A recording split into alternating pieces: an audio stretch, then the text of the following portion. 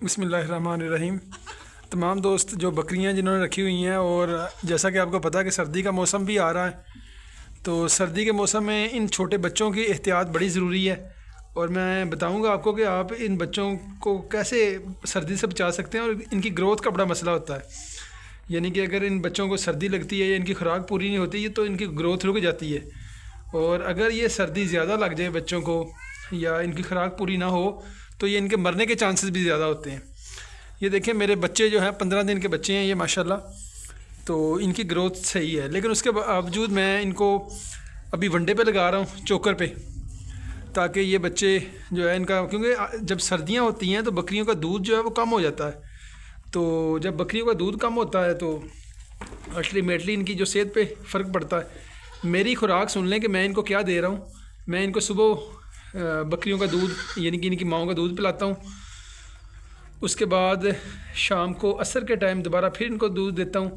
اس دوران میں ان کو چوکر تھوڑا تھوڑا ان کے منہ کو لگاتا ہوں تاکہ یہ کھانا شروع کریں۔ ابھی کھاتے تو نہیں ہیں، لیکن جب ان کے آگے کوئی چیز رکھتے ہیں تو پھر ایک دیکھا دیکھی یہ شروع کر لیتے ہیں کھانا۔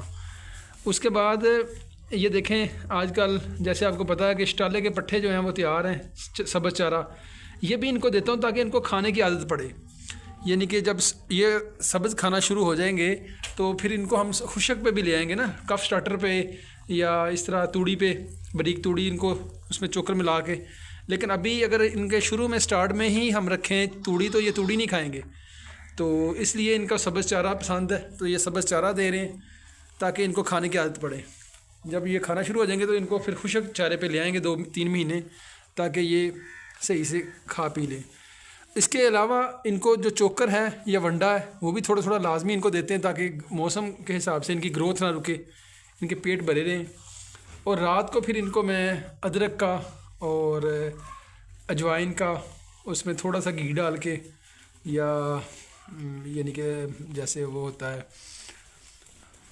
مسالہ وغیرہ وہ ڈال کے پورا، تو میں ان کو ایک کعوہ بھی دیتا ہوں تھوڑا تھوڑا تاکہ ان کی صحت بھی صحیح رہے اور ان کا ہاضمہ بھی ٹھیک رہے۔ اس کے علاوہ یہ گرم کعوہ پی کے ان کی جو ہے وہ گرمی سے سردی سے بھی بچے رہے نا۔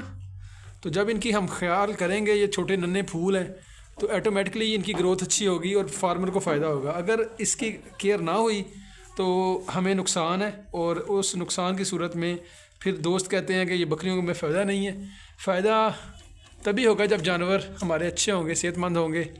تو اپنے جانوروں کا خیال کریں، رات کو ان کو لازمی سردی سے بچائیں، بلکہ دن کے ٹائم بھی ان کو اگر ڈھانپ کے رکھیں تو زیادہ فائدہ ہے، کیونکہ بکری کے بچے کو اگر آپ ڈھانپ کے رکھتے ہیں تو وہ زیادہ گرو کرتا ہے۔